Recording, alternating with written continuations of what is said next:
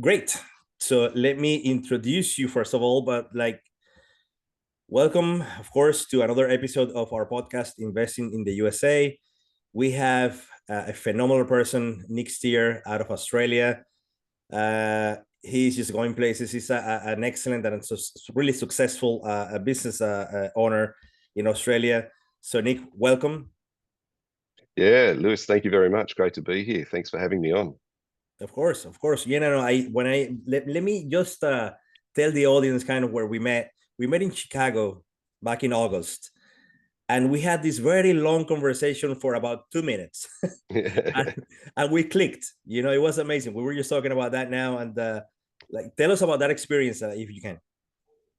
Yeah, well, look, I think we were talking as we were leading into this about business, and business is a way of life, for me, and I think we see that the same way. So immediately, because there was a values alignment, there was just the way we see things are very much the same.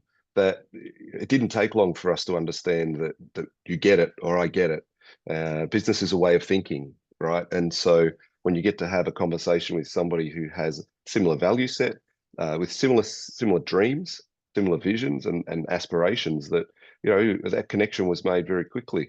Of course, it helps when my son has just married his partner who's also Venezuelan. Um, Right. but I think if I tried to speak my Spanish, nobody would understand. Right, right. Yeah, that also helps. Right? Yeah, that's true. That is true. Yeah. So let me ask you something else because people maybe they don't know. I know you're in the health industry, um, but I wanted to ask you, so what propelled you, or how do you end up in the health industry? Did you always wanted to do something there, or was it something that you kind of fell into? Like, what inspired you to pursue a career in health? Yeah, look, the short answer is yes, I fell into it, but I'll give you a bit of the background because one of the things that I see a little bit differently to a lot of business coaches, mentors, advisors, and I think sometimes it's important for people to hear this because they resonate with it, and that is that you have to know where you're going and what you want to do, and that's true in some senses for life, but it's not always true in business. You might have a very long-term big vision and a big goal, but the path to get there is not always so clear. Mm. And so, Melissa, my wife, and I have always been in business together. In fact, we actually worked together even as teenagers at a fast food restaurant as well. And so we've always had the opportunity to work together, which has been fantastic.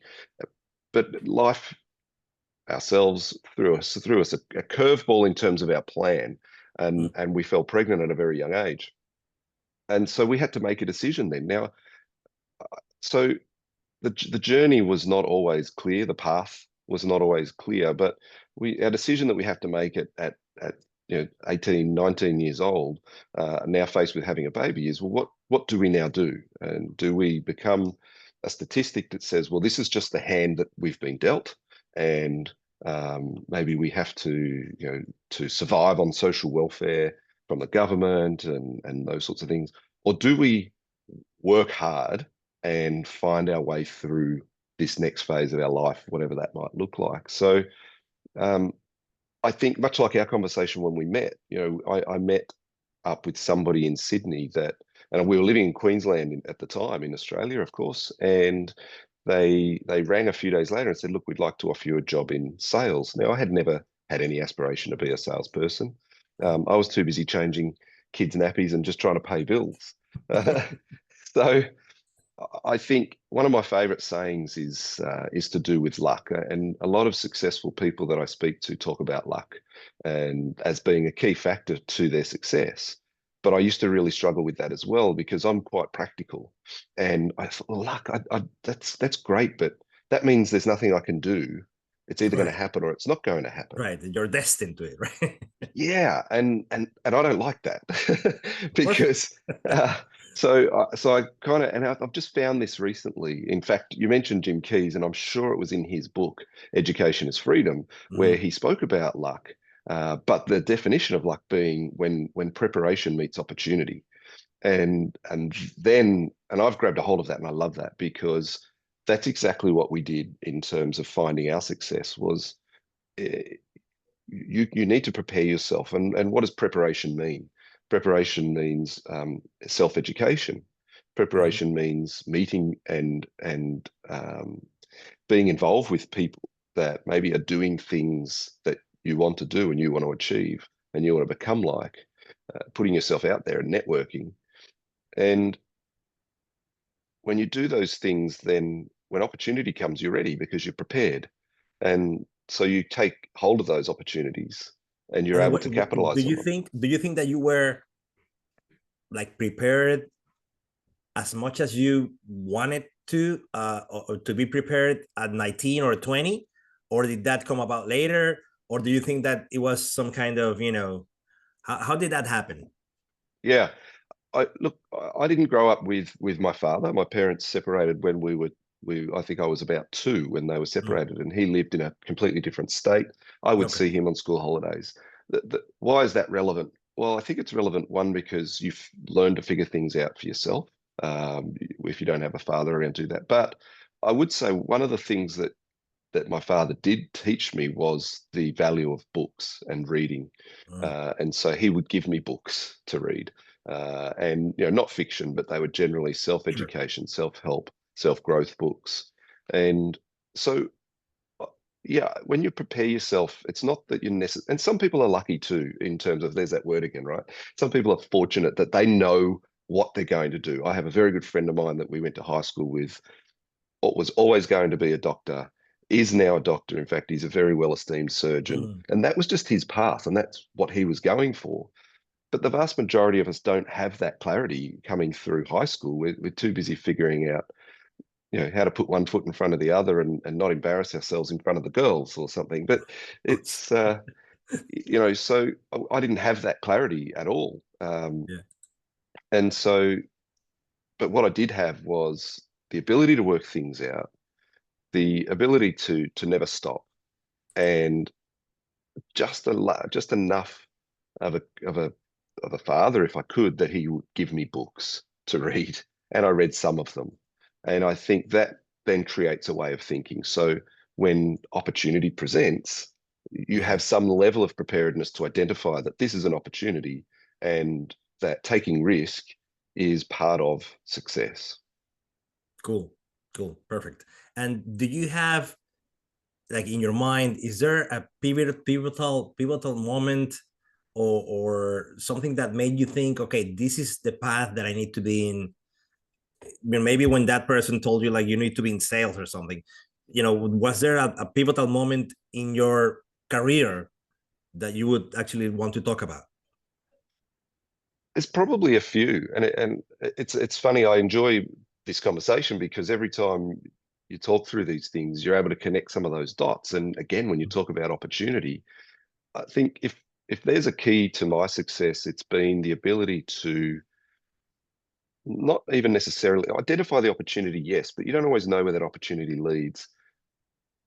But it's an ability to take some risk and say, well, I'm not sure, but I know that this is headed in a direction that's going to lead to something else. It may not be the final destination, but it's another rung on the ladder as you climb to a destination. But I think the important thing there is that you have to have a desire to want more, Of you know, course. and we didn't want a normal life, whatever that means these days, I Mhm. don't know, but we knew we wanted to have a lifestyle that for our children that we could provide for, that gave us the option to enjoy experience. Experiences in life, I think, is what we've come to learn is important to us. And you know, unfortunately, it generally takes money. Well, unfortunately or fortunately, right? I think a lot of people think that their kids, when they have their kids, it's like a drag. It's like, I couldn't be successful because, I had to pay for their education, or I had to do this for their kids. And they're actually using their kids as an excuse. But I think, like, from seeing you and actually having met, at least one of your sons, the one that I like the most because it's the only one that I've met. Yes. So I would say that you don't treat your people like that. Like your family is actually a driver for you, right? Yeah, I see that in you. 100%. You know. 100%. Yeah. Yeah. Um, that's one of my drivers is that I wanted to give them. Not that I had a bad childhood at all. My mother worked very, very hard as a single parent, and really had everything that we could have wanted. But it was a particular lifestyle that we wanted to give our kids. We wanted to give them private schooling, rightly or wrongly. Mm. We wanted to be able to take them on holidays, and support them if and when they need it, like they do now as they come into these sort of early 20s. And so, yeah, I think I heard once somebody said that, success and having financial freedom was the ability to look at the left side of the menu instead of the right, Yeah, and right. it's like, hey, if I want to have that experience, I want to have that thing, then I can, and I don't have to worry about the cost of it. Great. Let me ask you something else. Like, did you have? I'm sure you had plenty, and you're probably still having them. But what would be some of your biggest challenges? Like, how did you overcome those challenges? Like, what do you learn from them? Yeah, you're absolutely right. And they don't stop, right? Challenges, they never stop. Business The only is, way for me, the only way that stops that's when you're dead. yeah, when you're dead, when you're 6 feet under. Yeah, exactly right. We even last week when we were in LA and we met up there again, we had some things happen in our business that, were uncomfortable that we hadn't planned on. And a senior member of our team had decided that he was going to move on. And so we had to, in between going to the seminar and that we were at, we happened to get on video conferencing and making phone calls and making sure that everything else in the company is still okay, because it was quite a key role. You don't plan for those things, and I think we didn't plan to fall pregnant at 18 and 19, our first year out of high school. And so this is just last week, and then going back 30 something years now, 30 odd years, but everything was a challenge. I think that's unfortunately the reality of life. But again, fortunately, unfortunately, if it wasn't a challenge and everything was easy, then everybody would do it. Everybody has challenge, everybody has a story, and the difference is how you respond to those challenges. You have a choice on how you respond to challenges, and I think that's what determines the level of your success in life. You can succumb to those things. And you know what? Even sometimes that's okay for a little while, because life gets on top of all of us sometimes just for a little while, but you can't stay there. You've got to get up again and you've got to keep going. So if I look at there's many, many pivotal moments and big challenges. One was having a baby at 18 and 19. Your friends are out at 19 years old. They're out on the weekends partying and going to clubs and doing all those sorts of things. And you're at home changing dirty nappies. You know, that was a big challenge at the time. But you look back now and you go, well, now I have this incredible relationship with my son who's 29. I'm 48. We're great mates. We're not that far apart in age now. And so, challenges are generally temporary. And unfortunately, for those that don't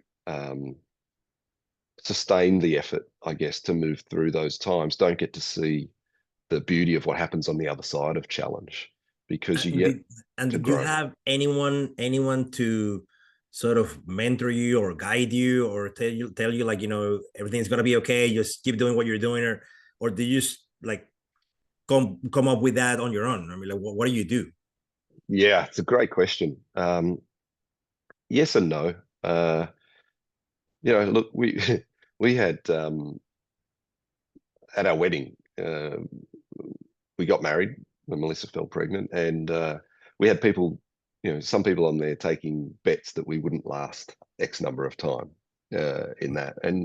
But then one of the things, and I've always loved this about my brother, he took that bet and he said, well, I disagree, and they'll make it work. And so, yeah, I think he's still collecting on that bet today. Here we are, nearly 30 years later. Right. So, um, So it was a strange experience at that time, and I can understand it now as a father too. When your kids, fall pregnant at that age, you fear for them because it's a big challenge, and so people probably didn't really know how to help. But we certainly did have help from time to time, not advice or guidance, just people that were there to Mm, help pick up the pieces when you were feeling like life was on top of you, I guess, or to come and help look after the kids and yeah, do those sorts of things. So no, resilience is probably the message in that for me is to build resilience and the never say die attitude.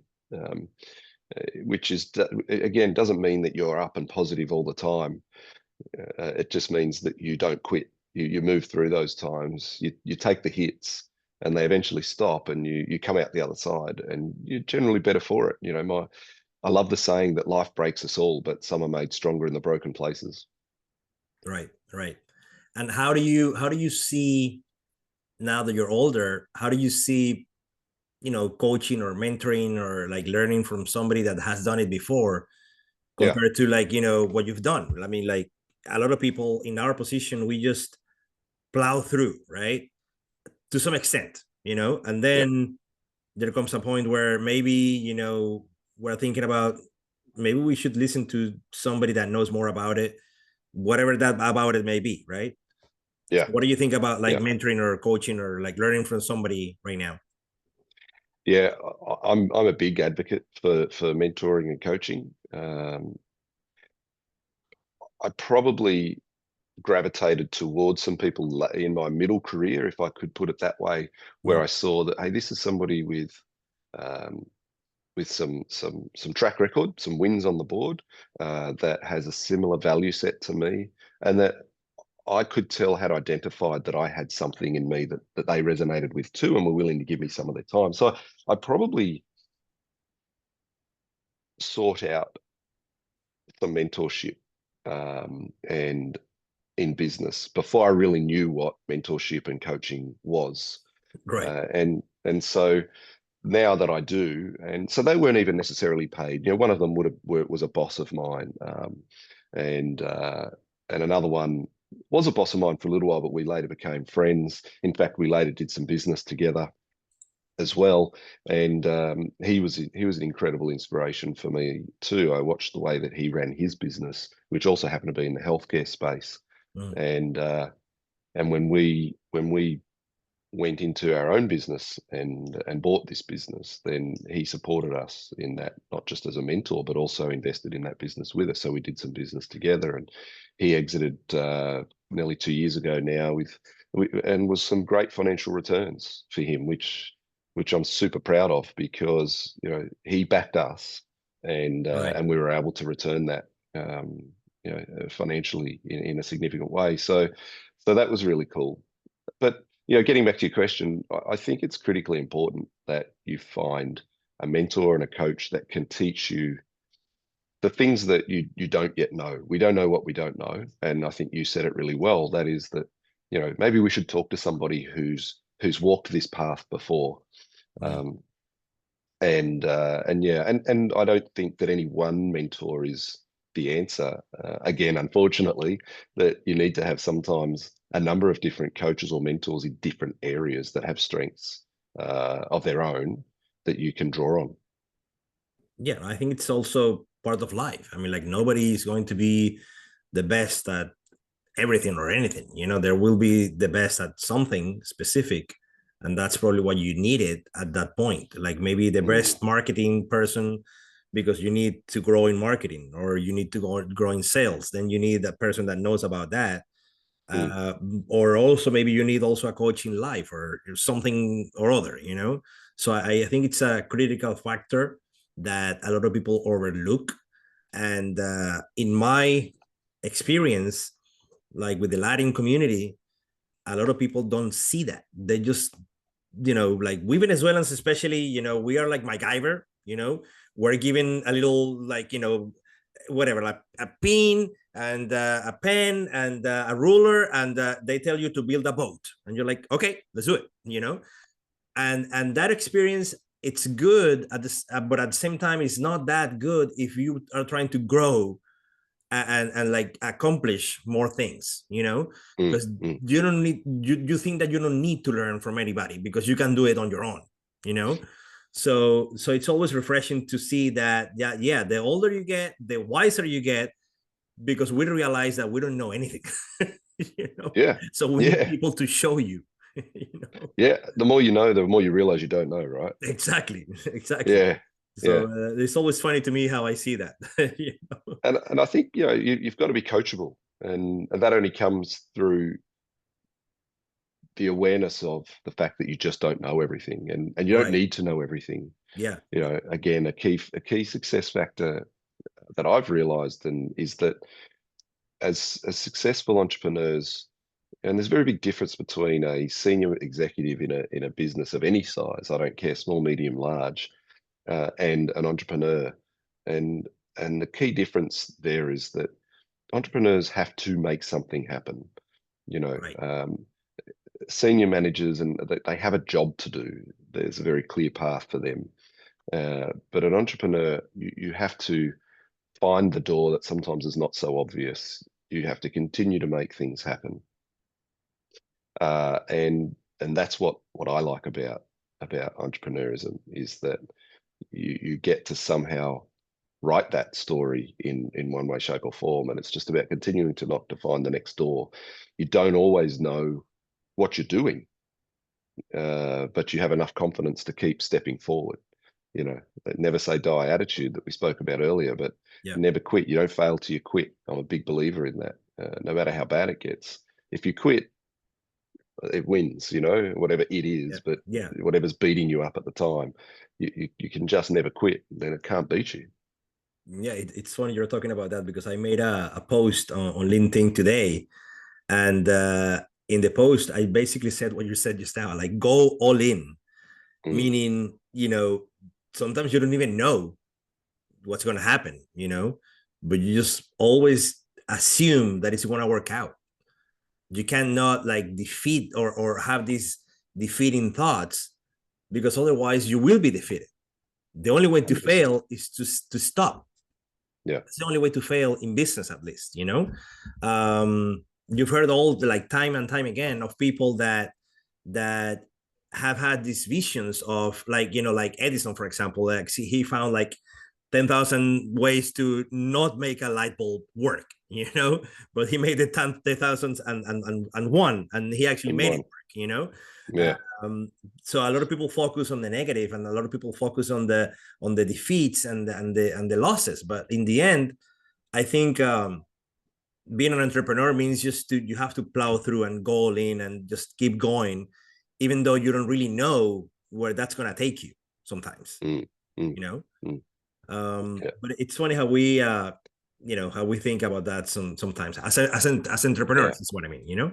Yeah, yeah, exactly right. I mean, look at Elon Musk is another example. You know, that last rocket, it crashes in the ocean, and SpaceX is nothing. You know, but it didn't. It Right. landed. I mean, he's out of Yeah. money, and he's like, no, it's going to work, and this time it did.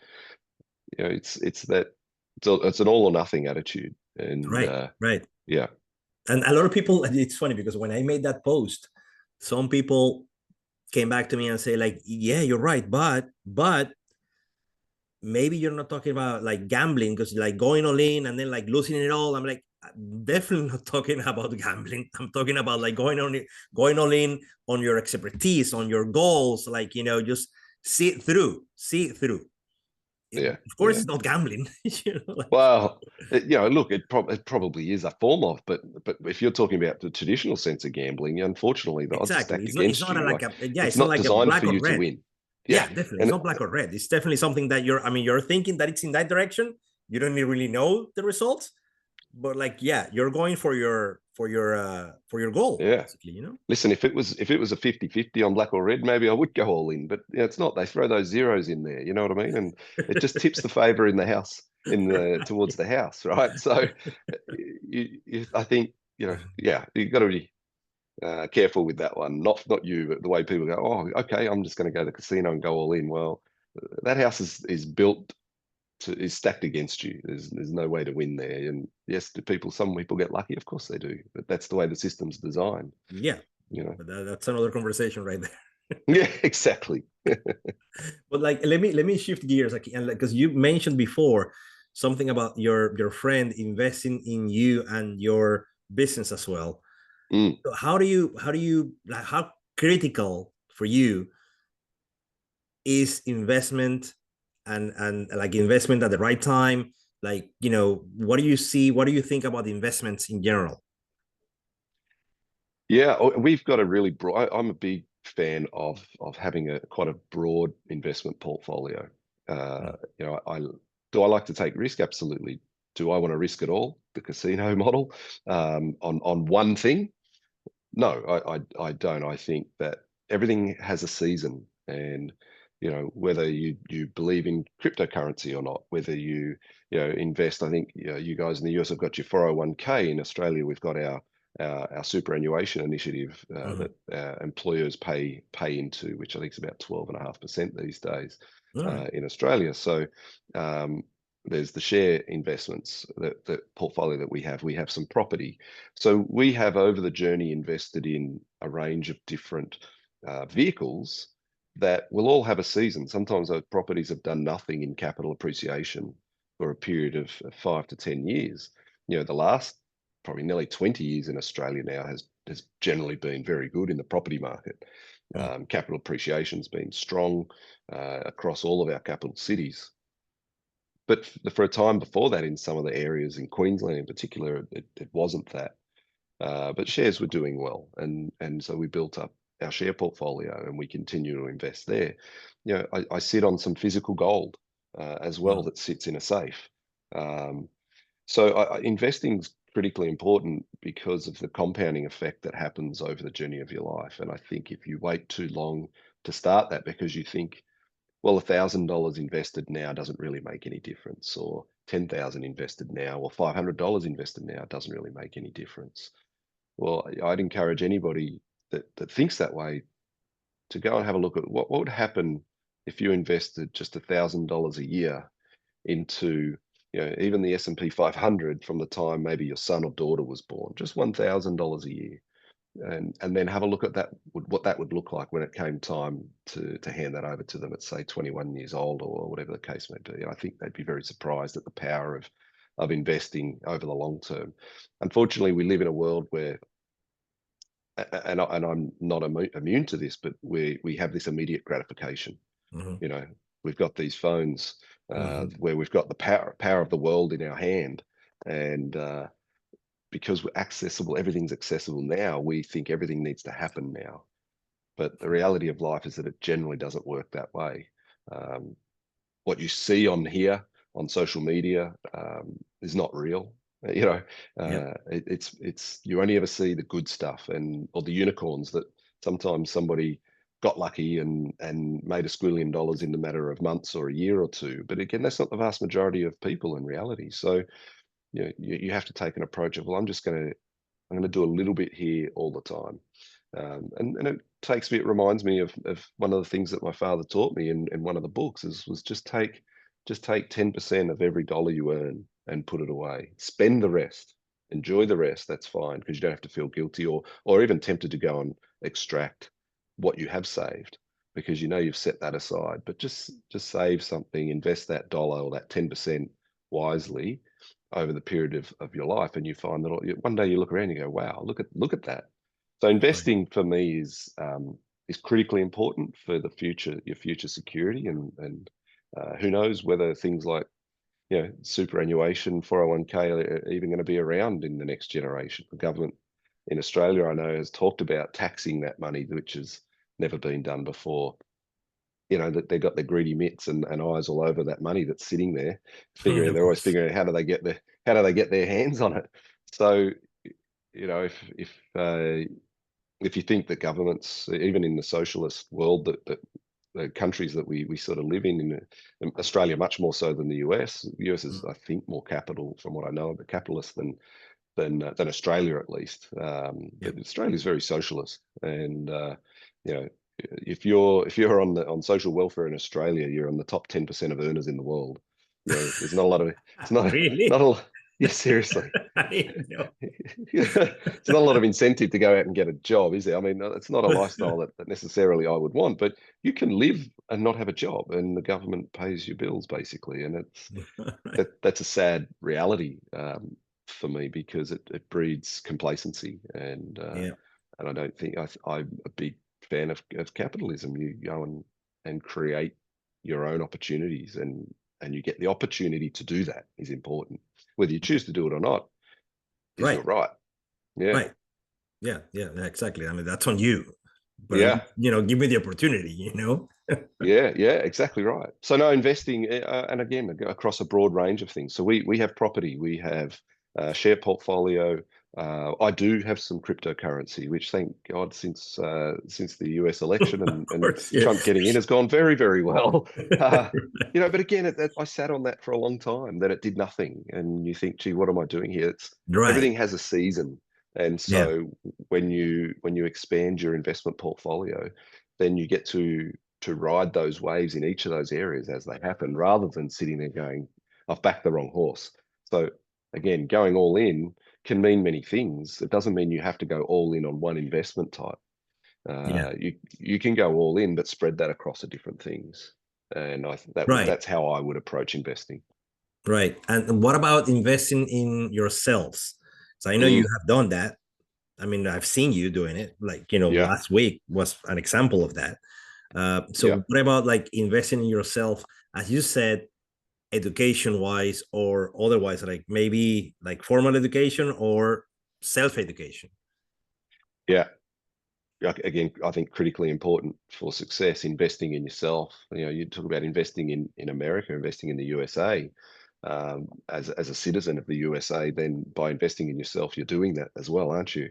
Mhm. And so, investing in yourself is a non-negotiable. If you're not growing, you're dying. And this world today, I believe that business today is probably more difficult than it's ever been. And that's because it moves at such a pace, that change is happening so rapidly, that you have to be able to adapt and grow very quickly.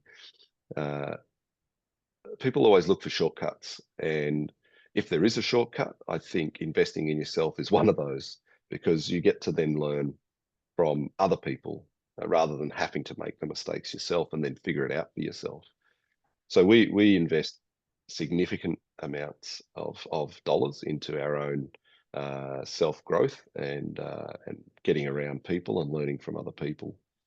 Um, I would say that it's not easy though, and because it's like it holds a mirror up in front of you to say, well, hey, this is again, it brings into the light the things that you didn't know, and Right. then you have to make more choices. Gee whiz, I have to keep learning? I'm 48 now.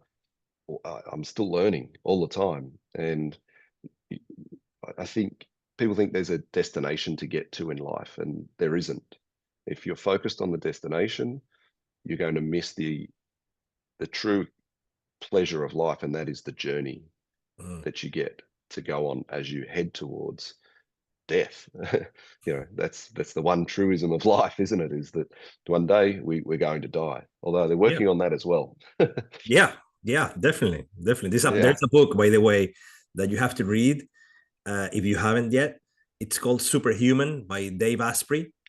Yeah. Okay. Super good book.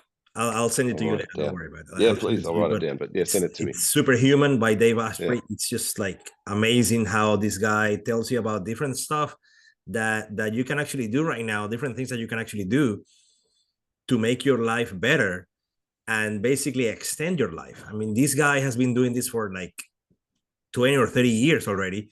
And he says that he wants to live until like at least 180.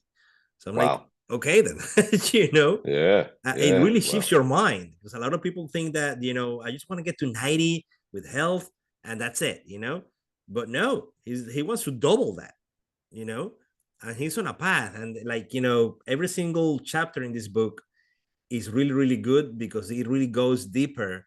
It doesn't just like brush it off, like, well, you have to do this, you have to do that, like, go to sleep early. And it's none of that. It's like really goes like let me help you get your sleep better, and so you can extract more energy out of your sleep. And there are ways to do that, and he tells you like apps that you can download and stuff that you can do, and that's only for your sleep. And then like another thing, like different stuff like supplements and vitamins, and it really goes deep. Definitely a good book. Yeah, I'd love to read it. It's something that's becoming more and more interesting for me as well. And whether that's because as you get older, you become a little more aware of your own mortality or not, I don't know. But you're too young to be thinking about your mortality, but okay. Yeah. It's just that you never think about it as a teenager, right? You're going to live forever. And not that I feel like I'm not going to live, but you start to think, well, I hear people say what you say, oh, I want to get to 90 and have my health. And people go, I don't want to get to 90 unless I'm healthy. And I just think that thoughts and words are powerful. And one of the first things we spoke about today was that business is a way of thinking. And if you're thinking, I just want to get to, then in all likelihood, that's probably exactly what's going to happen, because that's the way you're going to live your life, because that's a way of thinking. You go, well, if I just get to there, that's enough. Hey, if I can live to 180, let's go. And if that means I get to experience more of this, the ups, the downs, the pains, the pleasures, all of those sorts of things, then why not? Yeah. I mean, if we miss and we only live like 120, that's still a long time. Oh, exactly. That's what I was going to say. This guy, he's going for 180. He might make 140. I mean, right. Yeah, he's crazy. Yeah. But yeah, if you can actually, and what I like is that all of these people, they're telling you like, this is what I'm doing. If you can do it yourself, you can also do it. I'm not a superhuman per se, but I'm doing it, so you can also do it too. And that's what I like the most. Yeah, I love that. And I think you're right. It's like, success leaves clues, right? And that's why, the investing in yourself, what does that mean? I guess let's just clarify that too. What does investing in yourself mean? For me, I would say it's, reading is critical. I don't read novels. It's okay if you do, and that's fine as a form of entertainment. But for me, it's just not the best use of my time. So I read books that I can learn from. I'm reading Atomic Habits at the moment again, and that's an incredible book. It is. And so I schedule time to read books. I schedule time to work more and more on my health and fitness, which I didn't do for a long time. And I remember looking back at some photos of us. We'd been on a holiday, and we got back, and I looked at these photos, and I said, I've got to do something about this. I look terrible. I was overweight. And so I started a journey at that time, and lost 20 kilos, but see that journey continues. It's a way of thinking, it's a way of living, and you need to. It's those small things, and I think that's one of the things I'm learning from this book, Atomic Habits, by James Clear, is that habits are just the accumulation of lots of small efforts. And you can do lots of small efforts that have a great outcome. And we could apply that logic to investing. Like I said before, just take a little bit and start. To put it off now and not invest in your financial future means that you're just forever going to chase your tail and be dependent upon whatever the government deems appropriate. Versus if you take control by just investing a little bit, and the earlier you start, the better. But the same applies in the negative. You can have a lot of habits that don't serve you, be that financially or from a health-wise or relationships. And the accumulation of those over time have catastrophic outcomes. And so I think that you have to be conscious about these things. You have to think about these things. Otherwise, you go through life on autopilot, and then maybe the traditional sense of and definition of luck, that's what you're going to succumb to. Whatever happens, happens. Yep. No, that's 100% true. I agree 100%. Let me ask you something else. So how do you balance work and personal life faith, you know, going on holiday, you know, family life, as in your, you know, your wife Melissa, who I love, by the way, and Shayla also loves her, Yeah. and your kids as well. Like, how do you balance that? Thank you. The feeling's mutual, by the way. Uh, Listen, again, I think go back to my point before I said about social media these days, and that's why it's so hard for young people, because they see these glamorous lifestyles and these gorgeous looking people, and you think that that's normal and that's reality, but people don't post, you know, the day as an entrepreneur when you're on the floor in a quivering mess because you're not sure that you're going to be able to pay wages this month, or what it, you know, nobody posts that stuff. So when you talk about balance, we don't always get it right in our life either. You know, we work pretty hard, and you know, we've got grandchildren these days. Be nice to be around a little bit more, but we have to try and balance that with what we're doing and where we're going, what we want to achieve. Melissa and I are blessed to work together, and so we travel the world and do business all over the world together. We have strengths in each other's areas of weakness, and we complement each other really well. Uh, you know, does that mean we don't have our own fights and arguments? Of course not. You know, I think I'd defy anybody who says they've had a long relationship, that has not had disagreements and still do, and that's the Maybe reality they, of life. yeah, maybe they say that for social media, but Yeah, exactly. nobody And is gonna agree with that. no, 100%. So how do we manage it? Look, we take an approach of work-life blend is something that we subscribe to, versus work-life balance. People talk, oh, you've got to get balance in your life and you've got to do this. Well, I can't see anything balanced about 5 days at work and 2 days on the weekend. So you have to find a way to integrate those things. If you're working for somebody else, that's a different. You have to approach that in a different way. If you're an entrepreneur, then you need to find a way to build your life where you can find balance in all of those areas of your life. You know, I've got something that I look at called the wheel of fulfillment, which looks at the different areas of your life, be it health and wellness, um, your wealth, your relationships, friendship, and financial, and looking to where am I at any point in time on those things, and taking some awareness of how do I invest into that quadrant at the moment, where do I need to get some time in those things. And again, awareness, you know, treating it with a conscious thought rather than being on autopilot, is critical to be able to manage those things. And sometimes you've got to turn the tap down a little bit here and turn it up a bit there. You know, one of our mentors that we both, you know, I think value very highly in JT, is he talks about, you know, there's five areas, but you know, choose 3 at any point in time. You can't have the capacity to be working on all areas at the same time Right. simultaneously. You know, success,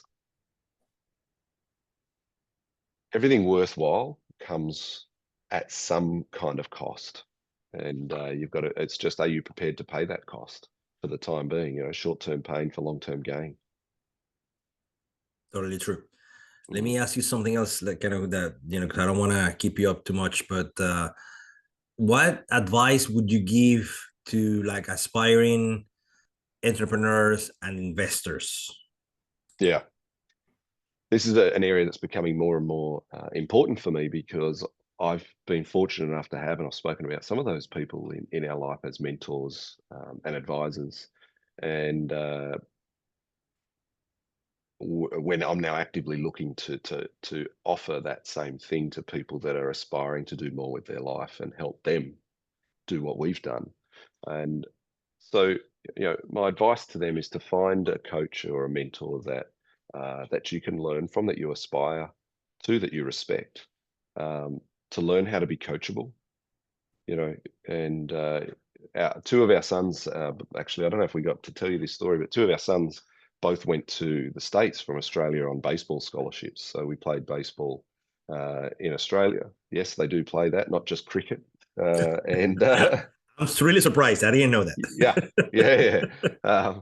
But more than you would realize. I mean, it's not as big, but they both went over there to chase their dream of playing baseball. And look, that didn't go. They never ended up playing professionally for various reasons. One of them blew his shoulder out, Oh, couldn't throw anymore. That was Braden actually, and the other one was a pitcher. So I mean, he was, I think, by the age of about 16, he was about 6'3", 6'4", and throwing a 90-mile-an-hour fastball.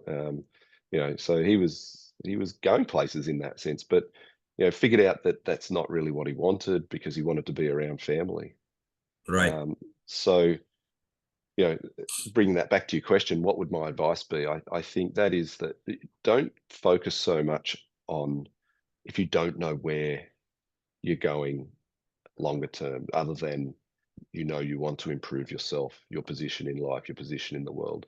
Not all of us know exactly what we're doing, Yeah. but what we do is, every time we're faced with a new day and a new challenge, is we take on that challenge, we figure out how to master it, and we move through it, however long that takes.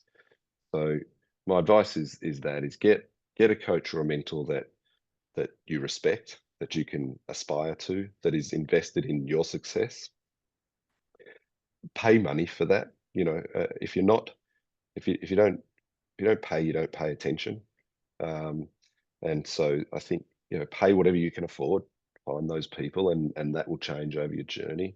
Uh, you know, invest now in something, and get some advice on that. I'm not a financial advisor, so I can't give that advice, but invest in something, be that property. If you can't get into property yet, then invest in some shares. If you can't get into that yet, find something that you can be investing in, and invest in yourself. And never die. Never say die, I should say.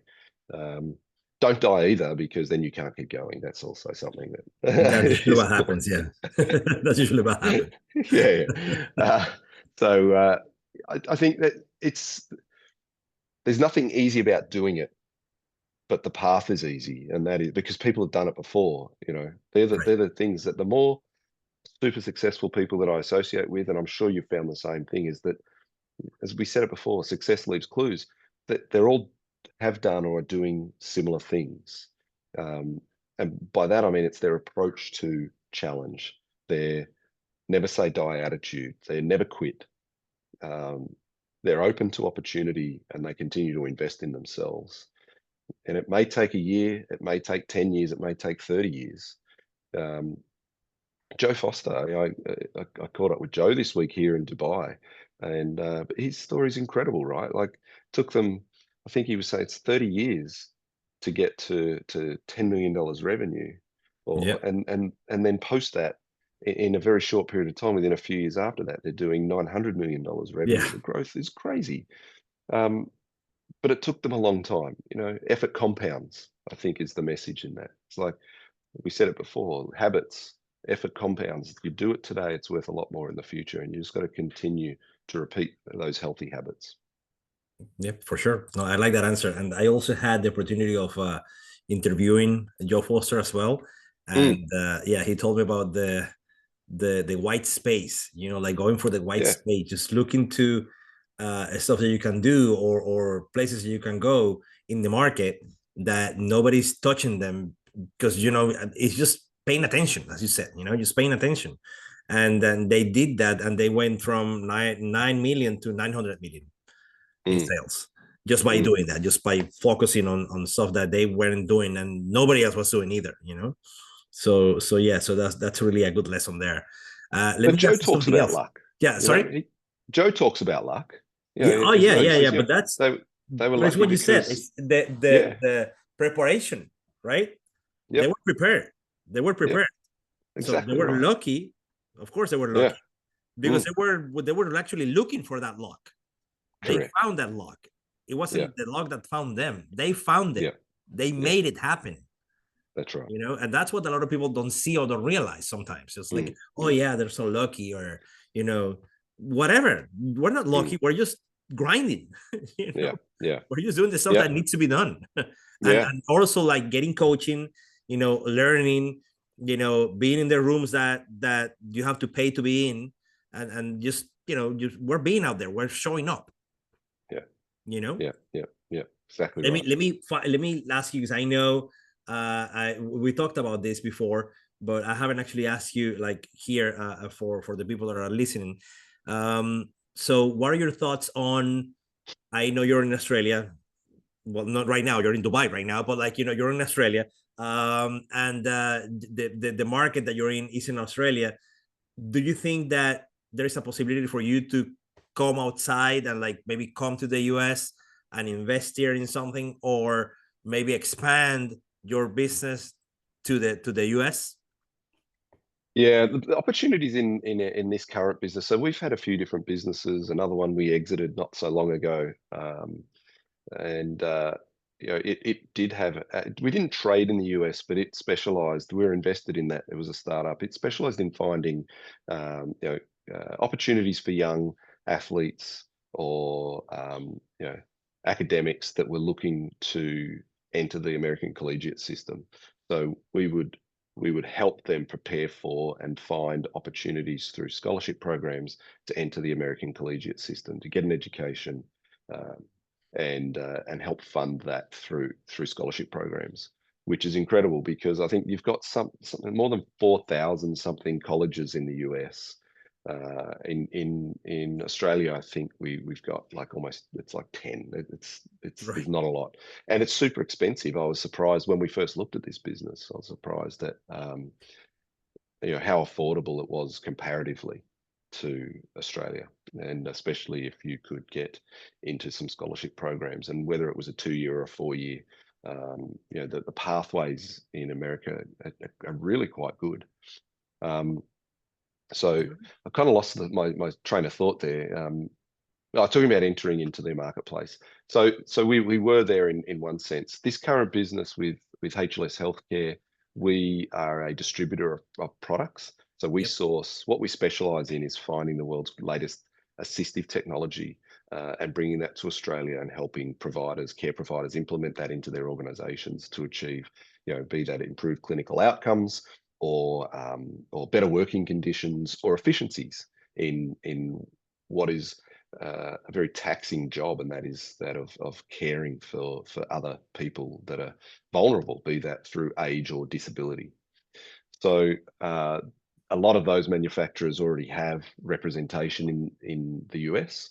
Oh, okay, I Um, see. That so was my that next that makes, question. but not all of them. So we Yep. are actively very interested, and again, this is why we're in Dubai. It's why we're traveling to the US and having conversations with people like yourselves.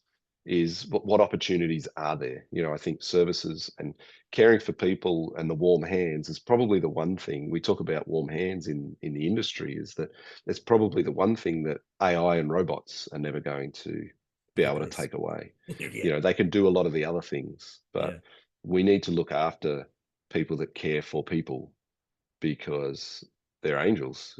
That's a very, very difficult job, um, both physically and emotionally. And how do we help look after them better so that they can do what they do? Because I tell you, I don't think I could do what they do, and I hold them in the highest. Nurses and personal carers, I hold them in the highest of regard because I just think you're living in service to others, and that's amazing.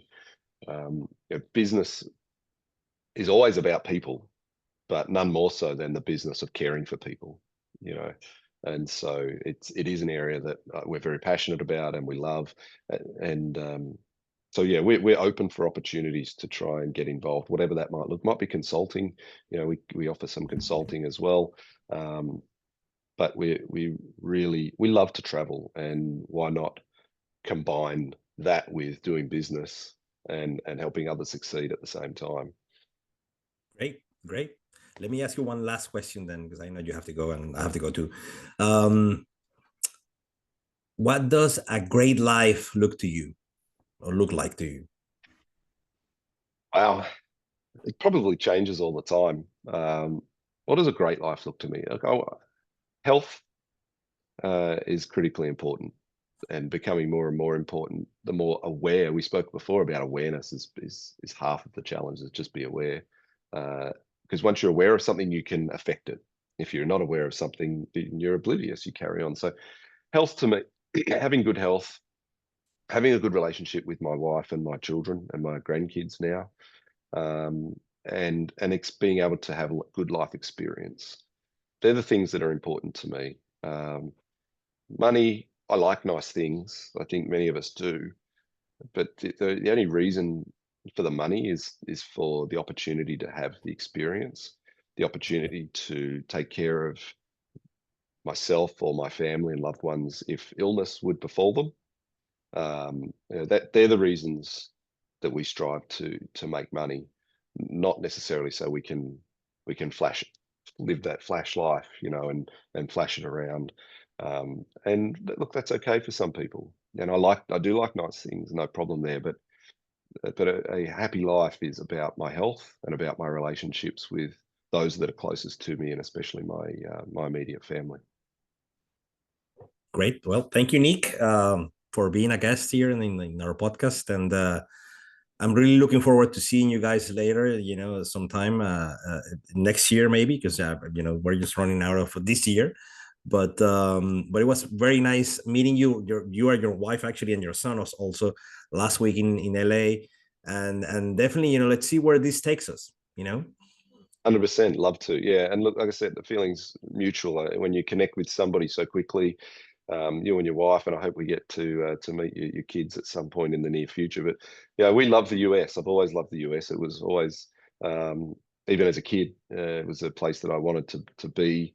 And you're going through an interesting time at the moment over there, and I think the world needs good leadership. Whether you've got that now or not is not the conversation that I'm wanting to get into, but I think the world generally, Australia is no different. We need good leadership with good stewardship, and we're hungry for that. So yeah, we love the US, and we want to get there more and more. It's just a shame it's so far away, but as Australians, we're happy to travel. We do that all the time. You are like a little rabbit. You're always like jumping around. Yeah. Every time that I talk to you, you're in a different place. Yeah, exactly. So no, we're looking forward to connecting with you guys again soon. Of course. And so thank you again for being here, and we'll definitely be connecting soon. Great to talk to you, Lewis. Thank you.